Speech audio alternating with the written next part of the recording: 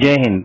Hello students, मैं संजीव अग्निहोत्री आज आप लोगों के लिए यूपी बोर्ड क्लास 12 की पोएम 6 ला बेली डेम सेंस मर्सी का वीडियो लेकर के आया हूं।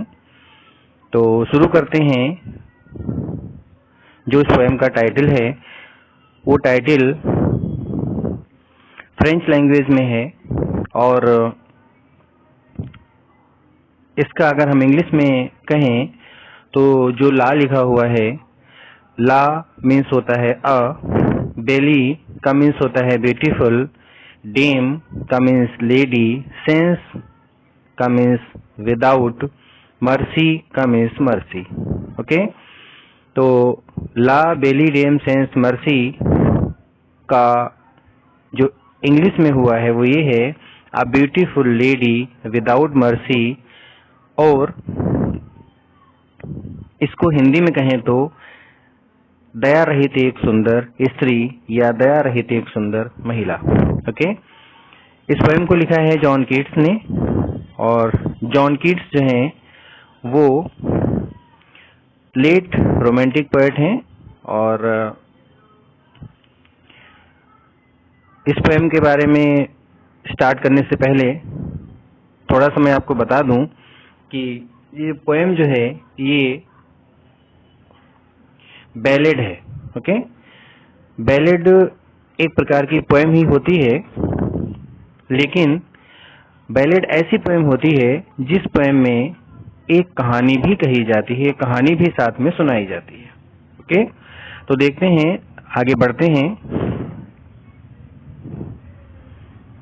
मैंने यहाँ बैलेड को दे रखा है, आपको सामने स्क्रीन पर दिख रहा होगा। बैलेड को हिंदी में कहते हैं गाथा गीत। ओके, तो गाथा का मीन्स कोई कहानी, गीत का मीन्स कोई कविता। मीन्स इसकी डेफिनेशन लिख रखी है नीचे, a ballad is a long song. एक बैलेड जो होता है वो एक लंबा गीत होता है, और पोएम या फिर एक कविता होती है विच टेल्स अ स्टोरी, जो एक कहानी बताती है, ऑफन अबाउट लव, प्रायः प्रेम के बारे में। ओके, तो कह सकते हैं कि बैलेड एक ऐसी पोएम होती है, एक ऐसा गीत होता है जिसमें कोई भी पोएट या कोई भी राइटर पोएम या गीत तो लिखता है, लेकिन उसके माध्यम से वो एक कहानी भी सुनाना चाहता है, और प्रायः वो कहानी प्रेम कथा पर आधारित होती है। ओके, तो बहुत से राइटर्स ऐसे हैं जिन्होंने बैलेड लिखे हैं, बैलेड राइटर्स बहुत से हैं। तो उनमें से देखिए विलियम वर्ड्सवर्थ हैं, आपने उनके लूसी ग्रे पोएम पढ़ी होगी, द सॉलिटरी रीपर उनकी पोएम है। ये दोनों पोएम विलियम वर्ड्सवर्थ की जो है वो बैलेड फॉर्म में है। टेनिसन, जो अल्फ्रेड लॉर्ड टेनिसन है पोएट, उनकी एक पोएम है द लेडी ऑफ शैलट, ये भी बैलेड ही है। कॉलरिज की पोएम है the rhyme of the ancient mariner, ये भी बैलेड है।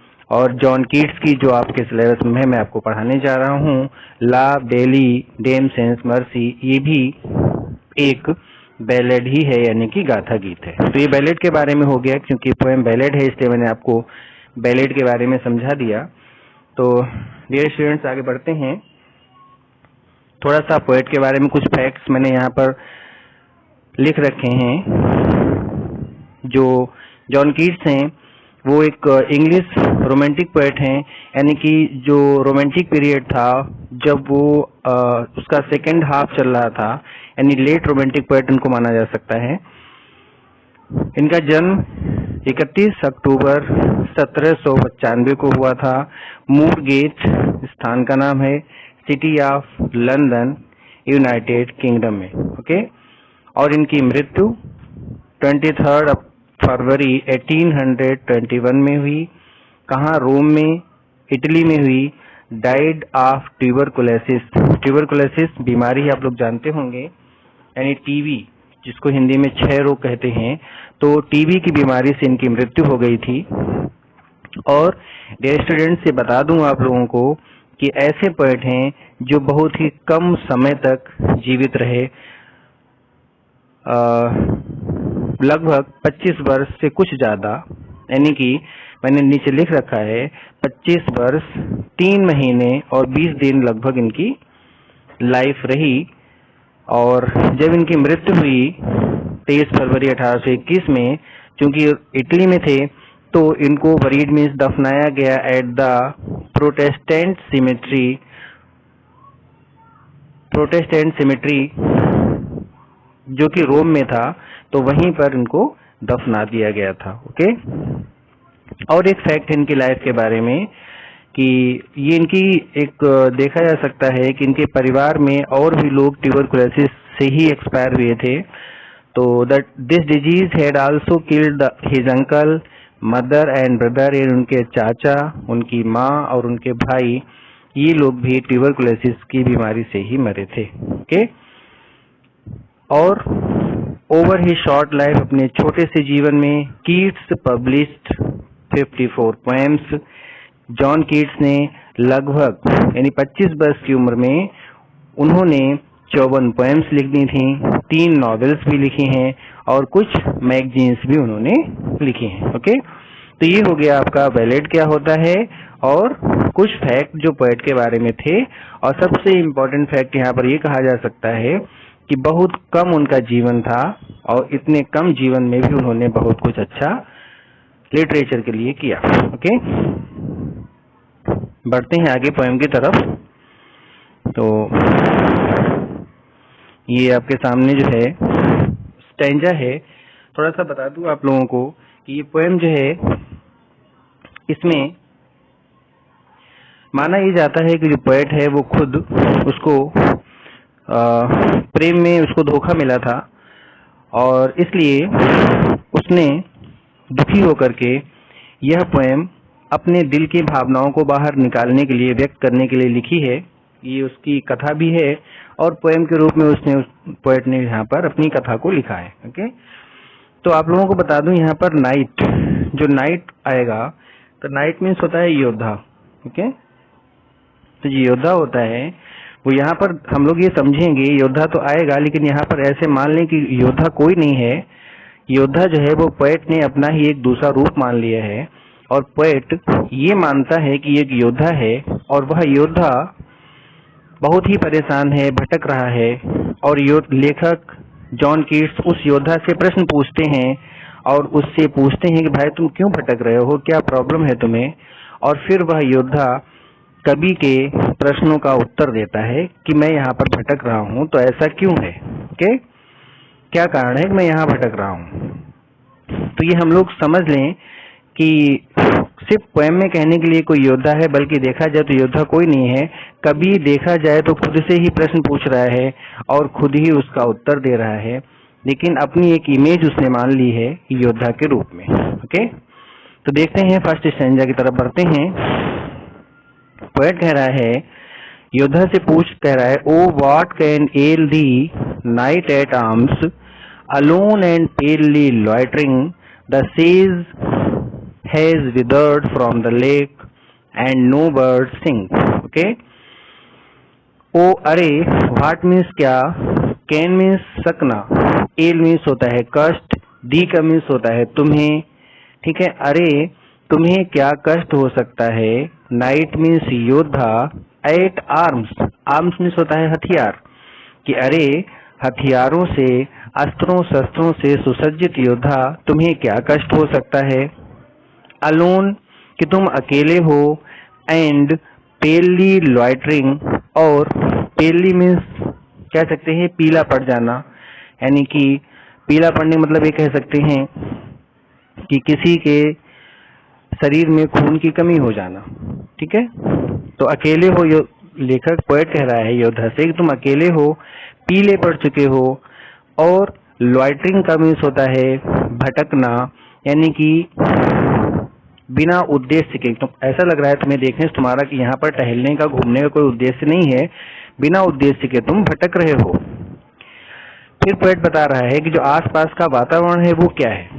द सेज, सेज का मीन्स होता है एक घास होती है जिसको कहते हैं नरकुल, ठीक है।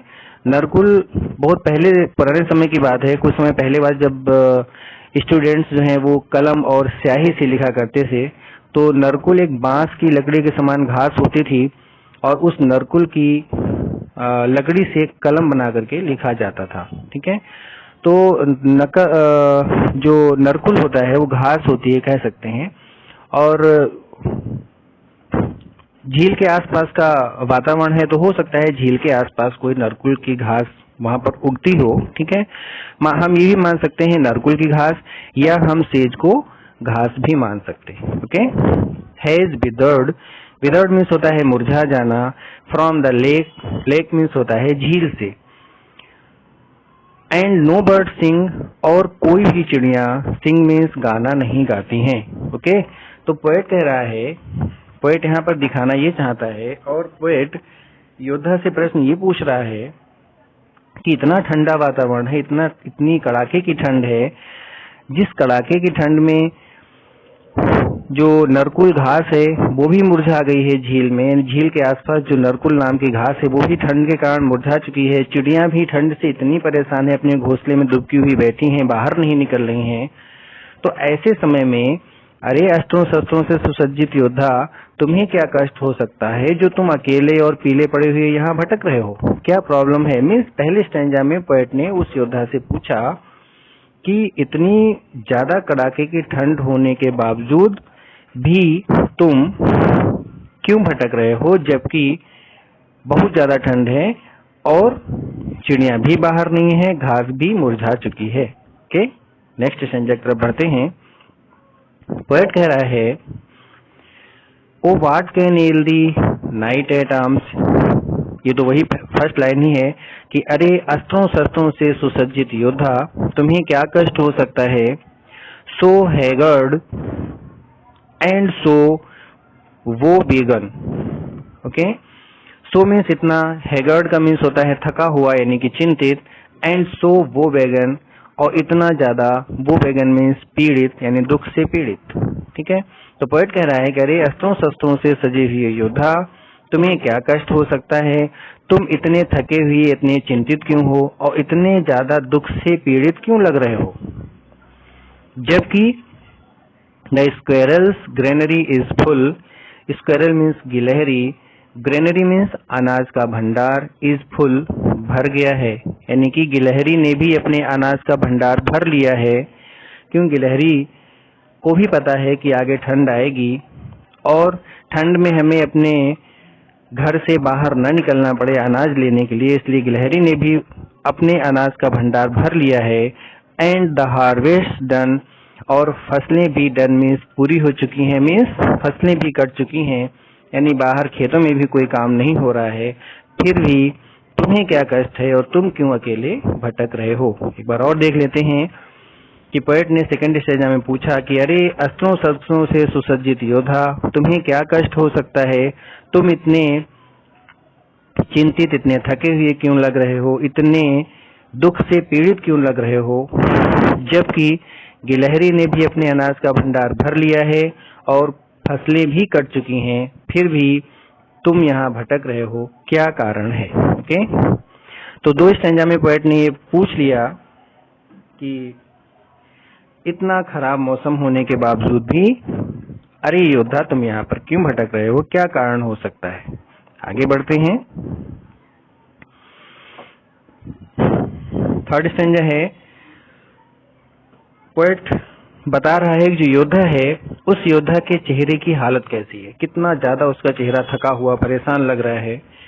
कह रहा I see a lily on thy brow, I means मैं, सी मीन्स देखता हूँ, अ लिली, लिली कुमुदनी का फूल होता है और कुमुदनी का फूल सफेद रंग का होता है। ठीक है, ऑन मीन्स पर, दाई मीन्स योर यानी तुम्हारे, ब्रो मीन्स वैसे तो भौं होता है और भौएं कहाँ होती हैं, माथे पर, तो ब्रो का मतलब यहाँ पर माथे से है। ओके, तो पोएट कह रहा है कि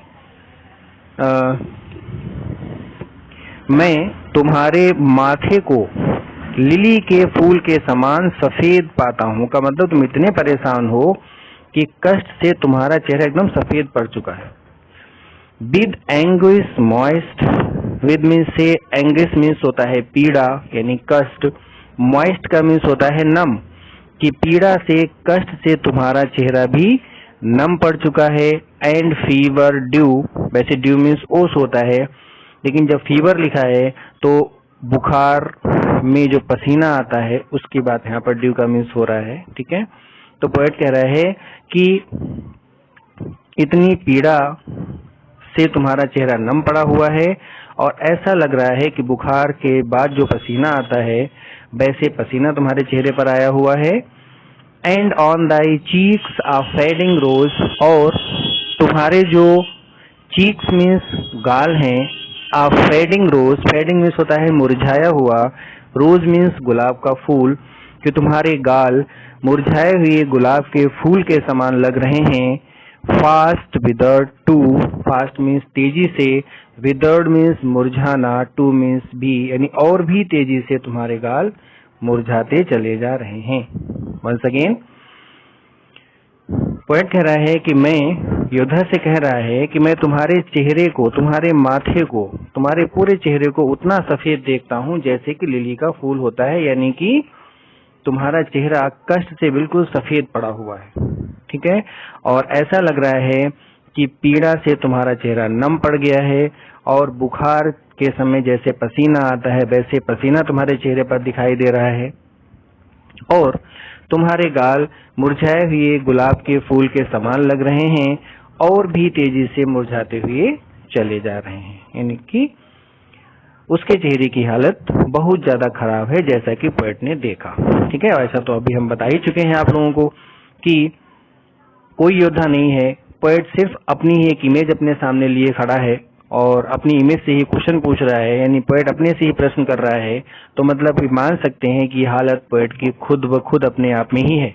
ओके, अब अगले स्टैंजा में जो योद्धा है, यानी जो पोएट की एक दूसरी इमेज है, वह उत्तर देती है, कारण बताती है कि मैं यहाँ पर क्यों भटक रहा हूँ, उसका रीजन क्या है। ओके, देखते हैं।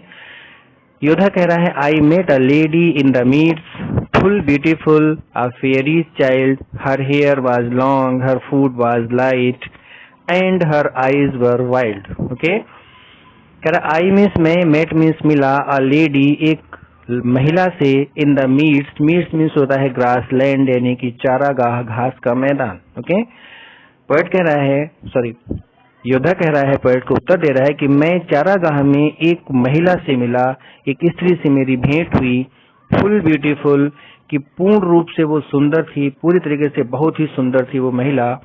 अ फेयरी चाइल्ड, एक परी की बच्ची लग रही थी। ओके, फेरी मीन्स परी, कितनी सुंदर थी वो महिला, जैसे लग रहा है कि परी की बच्ची हो। हर हेयर वाज लॉन्ग, उसके बाल लंबे थे। हर फूट वाज लाइट, उसके पैर, वाज मीन्स थे, लाइट मीन्स हल्के, कमिंग से हुआ कि वो हल्के हल्के पैरों से मंद गति से चल रही थी। And her eyes were wild, और उसकी जो नजरें थीं, उसकी जो आंखें थीं, वर वाइल्ड, वैसे वाइल्ड मीन्स होता है जंगली, लेकिन यहाँ पर वाइल्ड का अर्थ हम ये कह सकते हैं अनकंट्रोल्ड, जिन पर नियंत्रण ना हो, या हम ऐसे कह सकते हैं अत्यधिक आकर्षक, और उसकी आंखें भी अत्यधिक आकर्षक लग रही थीं। ओके, एक बार और देखते हैं। योद्धा कह रहा है, ये बता रहा है पोएट को कि चारागाह में मुझे एक स्त्री मिली, बहुत ही वो सुंदर थी, एक परी की बच्ची लग रही थी, लंबे लंबे उसके बाल थे, हल्के पैरों से वो मंद गति से चल रही थी और उसकी आंखें बहुत ही आकर्षक थीं। ओके डियर स्टूडेंट्स, आगे देखते हैं। योद्धा कह रहा है पोएट से, I made a garland for her head, मैंने बनाया एक गार्लैंड, गार्लैंड मीन्स फूलों का हार होता है, फॉर हर हेड, उसके सिर के लिए। तो बता दूं डियर स्टूडेंट्स, हार जो है वो गले में पहना जाता है, सिर में नहीं पहना जाता है। तो यहाँ पर ये मान सकते हैं कि सिर में हो सकता है, उसके बालों में लगाने के लिए उसने कुछ बनाया हो, तो बालों में लगाने के लिए गार्लैंड को हम गजरा भी कह सकते हैं। ठीक है, तो पोएट योद्धा कह रहा है कि मैंने उस महिला के बालों में लगाने के लिए एक फूलों का गजरा बनाया, एंड ब्रेसलेट्स टू, और मैंने उसके लिए कंगन भी बनाए। टू मीन्स भी, ब्रेसलेट मीन्स कंगन, यानी कि कलाई में पहनने के लिए फूलों के सुगंधित उसने कंगन भी बनाया उसके लिए। And fragrant zone, fragrant means सुगंधित, जोन मीन्स करधनी, यानी कि कमर में पहनने के लिए उसने उसके लिए करधनी भी बनाई। शी लुक्ड एट मी, उसने लुक्ड मीन्स देखा, एट मी मेरी तरफ, एज शी डिड लव, जैसा कि वह, डिड लव मीन्स प्रेम करती थी, कि उसने मेरी तरफ ऐसे नजरों से देखा। पोएट योद्धा कह रहा है कि जैसे कि वह मुझे प्रेम करती थी। एंड मेड स्वीट मोन, और मेड मीन्स की, स्वीट मीन्स मधुर, मोन मीन्स होता है आहें भरना, और उसने मधुर आहें भी भरी। ओके, एक बार और देख लेते हैं। योद्धा कह रहा है कि मैंने उस सुंदर महिला के बालों के लिए एक सुंदर सा गजरा बनाया, मैंने उसके कलाइयों के लिए कंगन बनाए, मैंने उसके कमर के लिए एक सुगंधित करधनी भी बनाई फूलों की, और उसने मेरी तरफ ऐसे देखा जैसे कि वह मुझसे प्रेम करती थी, और उसने मधुर आहें भी भरी। Okay, next. I set her on my passing stead, मैंने उससे बिठा लिया अपने, पैसिंग मीन्स गति होता है पेस, और स्टीड मीन्स होता है अच्छी प्रजाति का घोड़ा, यानी बढ़िया प्रजाति का, बढ़िया मतलब एक प्रजाति का घोड़ा हो उसको स्टीड कहा जाता है। और पैसिंग का मतलब यहाँ कह सकते हैं कि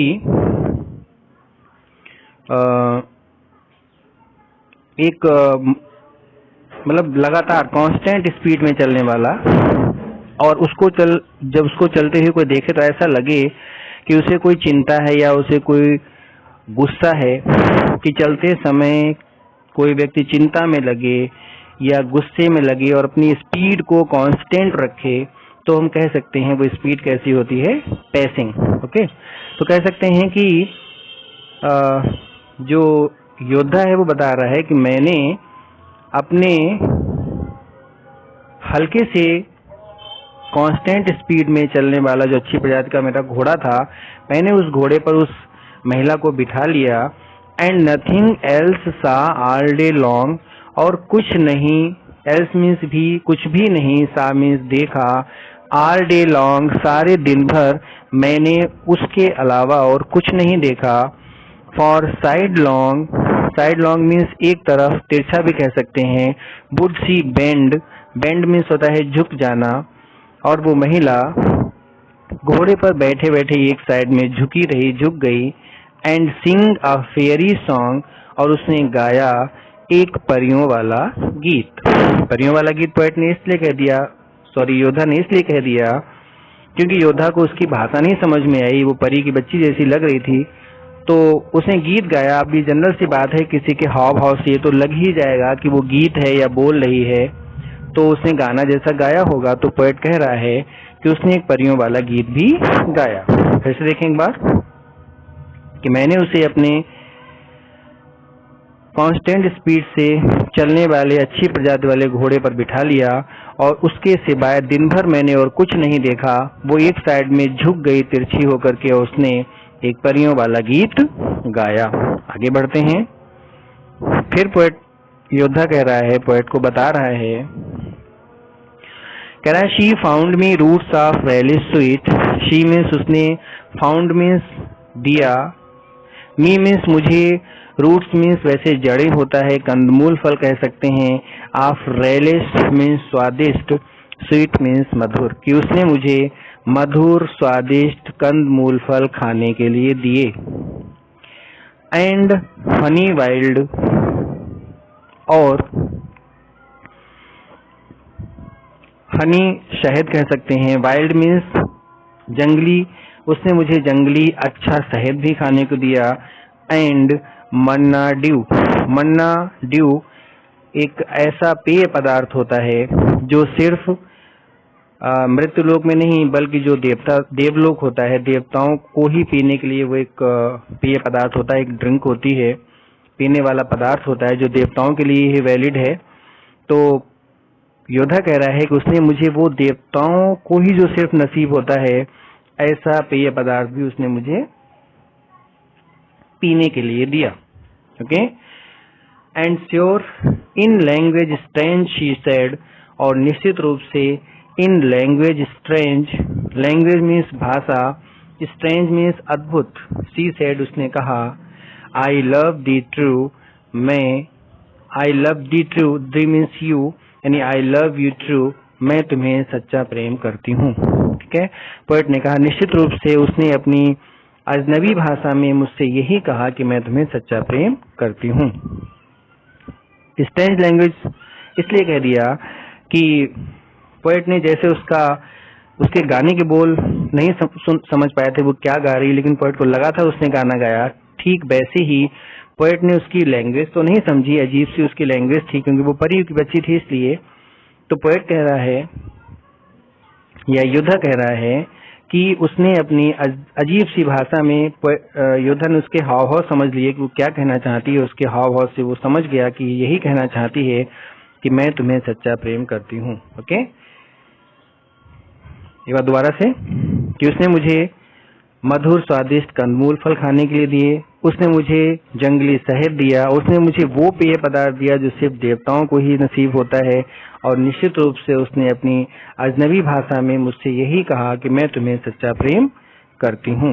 okay, she took me to her elfin grot and there she wept and sighed full sore and there I shut her wild wild eyes with kisses four. Okay, she took me, वह ले गई, me means मुझे, to her elfin grot, elfin means होता है परी ही होता है, परियों वाली गुफा, ग्रॉट मीन्स गुफा होता है, कि वह मुझे एक ऐसी गुफा में ले गई कि जो परियों वाली गुफा ही हो, क्योंकि वो परी थी तो परियों वाली गुफा में मुझे वो ले गई। एंड देयर शी वेप्ट, और वहां जाकर के वो रोई, वेप्ट मीन्स रोना, एंड साइड और आहें भरना, फुल शोर पूरी जोर से उसने आहें भी भरी। ठीक है, अब वो रोई क्यों और उसने आहें क्यों भरी, उसे लगा कि कहीं ऐसा न हो ये योद्धा मुझे छोड़ के चला जाए और मैं फिर से अकेली रह जाऊं। तो इनडायरेक्टली ये माना जा सकता है कि वह महिला उस योद्धा से प्रेम करने लगी थी और उसे डर था कि कहीं वो चला न जाए, इसलिए वो महिला उस गुफा में उसको ले गई। वहां वो रोई भी, उसने पूरी जोर से आहें भी भरी। फिर योद्धा कह रहा है एंड देयर, और वहां, आई शट, मैंने बंद कर दी, हर वाइल्ड वाइल्ड आईज, उसकी वाइल्ड वाइल्ड, यहाँ पर वर्ड को रिपीट किया गया है तो यहाँ पर ये कह सकते हैं कि अत्यधिक आकर्षक, वाइल्ड मीन्स आकर्षक, वैसे जंगली है लेकिन यहाँ पर आकर्षक है। तो मैंने बंद कर दी उसकी आकर्षक आंखें, कैसे, विद किसेस फोर, यानी 4 बार किस करने के बाद मैंने उसकी आंखें बंद कर दी। ओके, फिर से देखें एक बार कि वह मुझे अपनी परियों वाली गुफा में ले गई और वहां वह पूरी जोर से रोई और उसने पूरी जोर से आहें भरी, इस डर से कि कहीं योद्धा उसे छोड़ के चला ना जाए। और योद्धा कह रहा है कि मैंने भी उसको विश्वास दिलाया कि मैं तुम्हें छोड़ के जाने वाला कहीं नहीं हूँ, इसलिए मैंने उसकी आकर्षक आंखों को, अत्यधिक आकर्षक आंखों को 4 बार किस लेने के बाद बंद कर दिया। ओके, नेक्स्ट बढ़ते हैं आगे। अब योद्धा कह रहा है and there she lulled me asleep, और वहां पर शी मीन्स उसने, लल मीन्स होता है लोरी गाना, मी मीन्स मुझे, अस्लीप मीन्स सुला देना, और वहां उसने मुझे लोरी गा करके सुला दिया। ओके, पोएट कह रहा है, सॉरी योद्धा कह रहा है कि उस परी की बच्ची ने मुझे लोरी गा करके वहां पर सुला दिया। एंड देयर आई ड्रीम्ड, और वहां मैंने एक, ड्रीम्ड मीन्स स्वप्न देखा, आह, अरे, बोवीटाइड, बोवीटाइड मीन्स मुश्किल में पड़ना, यानी कि बड़े दुख से कह रहा है, ये मतलब एक एक्सक्लेमेटरी वर्ड मान सकते हैं इसको, कि कोई व्यक्ति मुश्किल में पड़ जाए तब अचानक मुंह से निकल जाए आह बोवीटाइड। ओके, तो कहना है कि बड़े दुख की बात है। द लेटेस्ट ड्रीम, यानी सबसे लेटेस्ट, सबसे नया से नया जो स्वप्न, आई एवर ड्रीम्ड, जो मैंने उस समय देखा था, कि जो स्वप्न मैंने उस समय देखा था, लेटेस्ट, जो सबसे बाद में अपनी लाइफ में सबसे लेटेस्ट जो ड्रीम मैंने देखा था, तो वह बहुत दुख देने वाला स्वप्न था। कहाँ पर, on the cold hill side, उस ठंडी पहाड़ी के पास। ओके, एक बार और योद्धा कह रहा है वहां पर उसने मुझे लोरी गा करके सुला दिया और फिर वहां मैंने एक स्वप्न देखा। अरे, बड़े दुख की बात है, बहुत ही मुश्किल में पड़ने जैसी बात है कि जो अंतिम स्वप्न मैंने उस ठंडी पहाड़ी के पास देखा था। अब योद्धा बता रहा है कि जो उसने स्वप्न देखा तो उस स्वप्न में ऐसा क्या था जिसको देख करके वो इतना घबरा गया और ऐसी उसकी हालत हो गई। देखते हैं आगे। योद्धा कह रहा है, I saw pale kings and princes too pale warriors death pale were they all they cried La Belle Dame sans Merci thee hath thee in thrall. Okay, ये थोड़ी सी मिसप्रिंट यहाँ पर हो गई है डियर स्टूडेंट्स। ये सॉरी हैथ पहले आना चाहिए और डी बाद में आना चाहिए। आप लोग थोड़ा सा इसको करेक्ट कर लें। और आपके अगर आप बुक से देख के पढ़ रहे होंगे तो आपकी बुक में ऐसा ही लिखा होगा, हैथ पहले होगा और डी बाद में होगा। तो देख लें। कह रहा है कि मैंने सामिस देखे पेल किंग्स पीले राजा एंड प्रिंसेस टू और पीले राजकुमार भी। पीले का मीन्स ये कह सकते हैं कि जो लोग मर चुके थे, जिनके अंदर खून नहीं रह गया था, जिनका शरीर पीला पड़ चुका था, यानी कि मृत लोग कह सकते हैं। यानी कि वो कह रहा है कि योद्धा कह रहा है कि मैंने मृत्यु से यानी कि ऐसे राजा देखे, ऐसे राजकुमार देखे और ऐसे वॉरियर्स मीन्स योद्धा देखे कि जो इतने पीले पड़ चुके थे, ऐसा लगता था कि वो मरे हुए ही हों। यानी सपने में उसके वो पीले मरे हुए राजा, मरे हुए राजकुमार और मरे हुए वॉरियर्स यानी कि योद्धा उसके सपने में आए। कहा भी उसने, डेथ पेल मृत्यु से पीले, वरदयाल वे सभी मृत्यु के कारण सभी पीले पड़ चुके थे। दे क्राइड और वे, क्राइड मीन्स चिल्ला रहे थे। क्या चिल्ला रहे थे?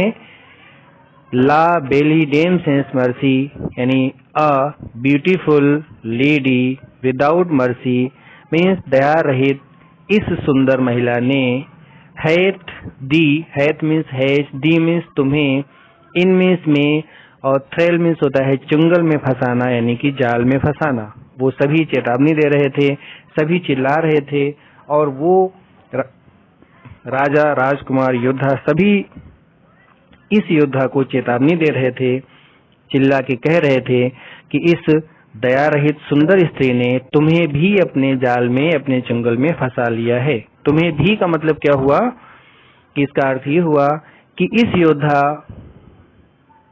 के जाल में फंसने से पहले राजा, राजकुमार और कुछ और योद्धा भी उस महिला के जाल में फंस चुके होंगे और उसके कारण उनको मृत्यु तक मिल गई होगी। इतने पीले पड़ चुके होंगे, इतने बिल्कुल उनका शरीर बर्बाद हो गया होगा। तो उन सभी योद्धाओं ने सपने में आकर के ये बात इस योद्धा को बताई, जिस योद्धा से हमारा पोएट प्रश्न पूछ रहा है। ओके, आगे बढ़ते हैं। फिर वो कह रहा है, योद्धा कह रहा है, I saw their starved lips in the gloom. मैंने सामिस देखे, डियर में सुन के, स्टार्व्ड मीन्स होता है वैसे भूखों मरना होता है। ओके, यहाँ पर हम ये कह सकते हैं, हाँ भूखों मरना ही कह सकते हैं कि लिप्स मीन्स होंठ, कि उनके मैंने देखे उनके भूखों मरते हुए होंठ, इन द ग्लूम मीन्स अंधेरे में, कि अंधकार में मुझे उनके होंठ दिखाई दिए। ऐसा लग रहा था उनके होंठों पर भूख हो, या ऐसे भी कह सकते हैं उनके सूखे हुए होंठ भी हमने देखे। ठीक है। With hurried warning gapped wide, hurried means भयानक, वार्निंग मीन्स चेतावनी, गैप्ड वाइड, गैप मीन्स होता है गैप करके यानी बीच में जगह दे करके, वाइड मीन्स चौड़ा यानी अपने दोनों जबड़ों के बीच में चौड़ा सा गैप दे करके। अर्थ ये कह सकते हैं कि अपना मुंह बड़ा सा फैला करके वो चेतावनी दे रहे थे इस योद्धा को। और फिर योद्धा कह रहा है कि इतना भयानक स्वप्न देखा जब मैंने, एंड आई अवॉक और मैं जाग गया, एंड फाउंड मी हियर और मैंने पाया स्वयं को यहाँ, और मैंने अपने आप को यहाँ पाया, on the cold hill side, इस ठंडी पहाड़ी के पास। ओके, फिर से एक बार कि योद्धा कह रहा है कि मैंने उन राजा महाराजाओं योद्धाओं के भूखों से मरते हुए, यानी कि असंतुष्ट मैंने उनके होठों को भी अंधेरे में देखा, जो बहुत ही मुंह बड़ा फैला करके बहुत ही भयानक चेतावनी दे रहे थे हमें उस महिला के खिलाफ कि उस महिला से बचे रहो। और मैं ऐसा देख करके भयानक स्वप्न में जाग गया और मैंने अपने आप को इस ठंडी पहाड़ी के पास यहाँ पर पाया। तो ये कारण जो है पोएट को बताया उस योद्धा ने, जिसका प्रश्न पोएट ने स्टार्टिंग के 2 स्टैंजाज में उस योद्धा से पूछा था। ओके, और अब फाइनल स्टैंजा लास्ट है, वो कह रहा है एंड दिस इज वाई का मीन्स होता है यही कारण है, और यही कारण है आई सॉजर्न मीन्स होता है आई स्थाई डेरा, मीन्स कुछ समय के लिए यहाँ पर रुक जाना, हियर मीन्स यहाँ। वो कह रहा है कि और यही कारण है कि मैं यहाँ पर भटक रहा हूँ कुछ समय के लिए, अस्थायी रूप से मैं यहाँ पर रुका हुआ हूँ। अलोन मीन्स अकेला हूँ, एंड पेलली लॉइटरिंग और पीला पड़ा हुआ, बिना उद्देश्य के भटक रहा हूँ। 2 मीन्स यद्यपि, द सेज वही नरकुल की घास, इज विदर्ड, यहाँ पर हैज होना चाहिए, द सेज हैज विदर्ड, घास भी मुरझा चुकी है, फ्रॉम द लेक झील से, एंड नो बर्ड सिंग, और कोई भी चिड़िया गाना नहीं गाती हैं। कमिंस ये बात स्वीकार कर रहा है वो योद्धा पोएट के सामने कि जो मैंने आपको स्वप्न बताया, जो घटना मेरे साथ हुई, उसी घटना के कारण यही कारण है कि मैं यहाँ भटक रहा हूँ। हालांकि मैं अकेला हूँ, यहाँ पर और कोई नहीं है, पीला पड़ चुका हूँ, यानी शरीर बहुत कमजोर सा हो गया है, बिना उद्देश्य के मैं यहाँ भटक रहा हूँ। और ये बात भी है कि यहाँ जो नरकुल की घास है झील के आसपास, वो भी ठंड के कारण मुरझा चुकी है, और इतनी कड़ाके की ठंड है कि चिड़िया भी अपने घोंसलों से बाहर नहीं है, बाहर गाना नहीं गा रही हैं आकर के, फिर भी मैं यहाँ पर भटक रहा हूँ, यही कारण है। तो ये पूरा कारण जो है वो उस योद्धा ने पोएट को बताया, इसलिए मैं यहाँ पर भटक रहा हूँ। तो डियर स्टूडेंट्स, देखिए यही होता है बैलेड। ये पोएम भी थी और पोएम के साथ साथ में एक कहानी भी थी। तो किसी भी कहानी को अगर एक पोएम के माध्यम से सुनाया जाता है तो वही बैलेड होता है, और ये ला बेली डेम सेंस मर्सी जो पोएम है वो एक बैलेड ही है। और विश्वास है मुझे कि आप लोगों को समझ में आया होगा, और इसका जो होमवर्क है मैं आपको पीडीएफ के माध्यम से डाल दूंगा, तब तक आपको इसको ध्यान से पढ़ना है। ओके, थैंक यू, जय हिंद।